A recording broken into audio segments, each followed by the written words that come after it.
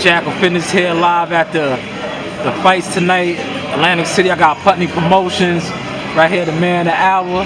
I'm gonna ask him a couple questions. This guy's from the DMV area, Putney Promotions. Check him out, he's putting on fight cards. Yeah, what's your thoughts on a possible Spence Mikey Garcia fight? How you see that fight going? I think it's good for boxing. You have two guys that have established names in the boxing world, and I think it's a good fight. Skills pay the bills.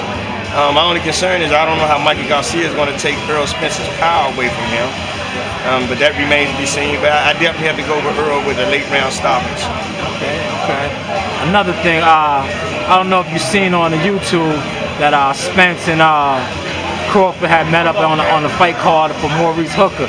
You got any thoughts about that fight, a potential fight of 2020? I love the build-up. Yeah. I definitely love the build-up. I think we need to get more global with the build-up. The way Mayweather used to do things, you know, he had that 24/7. He just didn't touch people in his area. He touched people in the United States and outside the states as well. So I would like to see that more on a global level in terms of promoting the fight. Secondly, Terrence Crawford definitely had the skills to defeat Earl Spence. Anytime you can fight orthodox and switch to southpaw, again, I say skills pay the bills, and he definitely possessed the skill set to beat Earl Spence.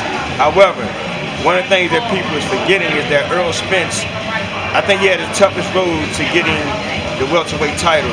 He had to go over there and take on Kell Brook, who, in my opinion, was the strongest and toughest welterweight in the division at that time. And he went over there, and most importantly, he was tested. He was tested, he was taken into deep waters, and he showed that he could swim. Definitely, and he came back and he got the late round stoppage. He's definitely a shark. Yes, and a lot of times we measure fighters' success based on their wins and how they destroy people. But a true fighter is defined when he gets in trouble. Definitely. And then you see how they come back and respond. respond. With adversity. Yes. And he answered that question. And I think at this point he's going to do it if he have to fight Crawford as well.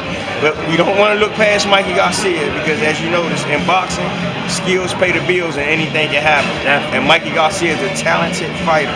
Definitely. And you don't want to overlook him. But at this point, I'm going to go with Earl Spence.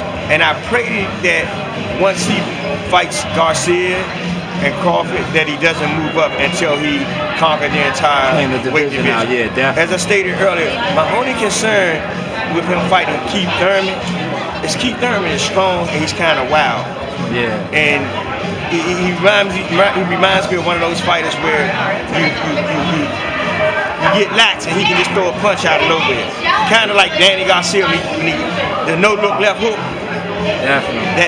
That's the frame of mind that puts me in with Keith Thurman. But other than that, that's the only threat that I see. I see Earl Spence definitely dominating the welterweight division. I want him to clean it out before he moves up. Definitely. You got any future plans with Putney Promotions in the DMV area?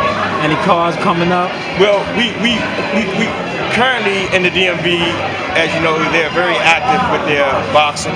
Yeah. And there's at least 3 cards taking place in December. Okay. And I think another card is going to take place in January. So Putney Promotions, we're taking our time, we're going to build, and we're going to come back probably in February or March. Definitely. Once again, this is Putney Promotions with Jackal Fitness. I'd like to thank you for your time, brother, and enjoy the fights tonight. Thank you.